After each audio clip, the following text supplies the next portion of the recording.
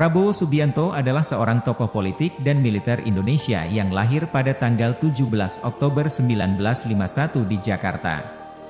Ia merupakan putra dari Sumitro Joyo Hadikusumo, seorang tokoh politik terkemuka pada masa Orde Lama. Prabowo Subianto pernah bergabung dengan TNI, Tentara Nasional Indonesia, dan menjadi perwira militer yang berpengaruh.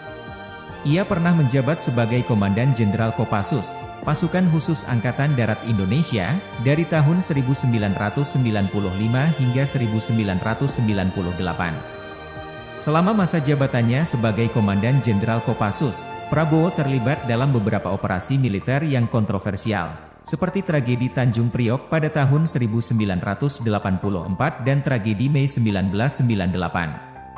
Pada tahun 1998, Prabowo Subianto dipecat dari TNI oleh Presiden Soeharto setelah terjadi kerusuhan di Indonesia dan ditemukan bukti-bukti pelanggaran hak asasi manusia yang dilakukan oleh pasukan Kopassus yang dipimpinnya. Setelah itu, Prabowo Subianto keluar dari Indonesia dan tinggal di luar negeri selama beberapa tahun. Setelah kembali ke Indonesia, Prabowo Subianto terjun ke dunia politik dan mendirikan partai politik bernama Partai Gerakan Indonesia Raya, Gerindra, pada tahun 2008.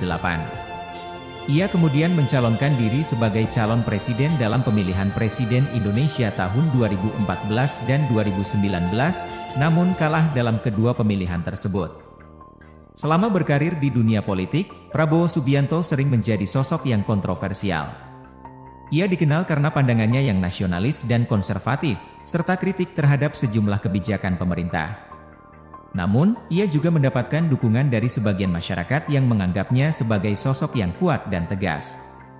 Seiring berjalannya waktu, Prabowo Subianto tetap aktif dalam politik dan merupakan salah satu tokoh politik yang berpengaruh di Indonesia.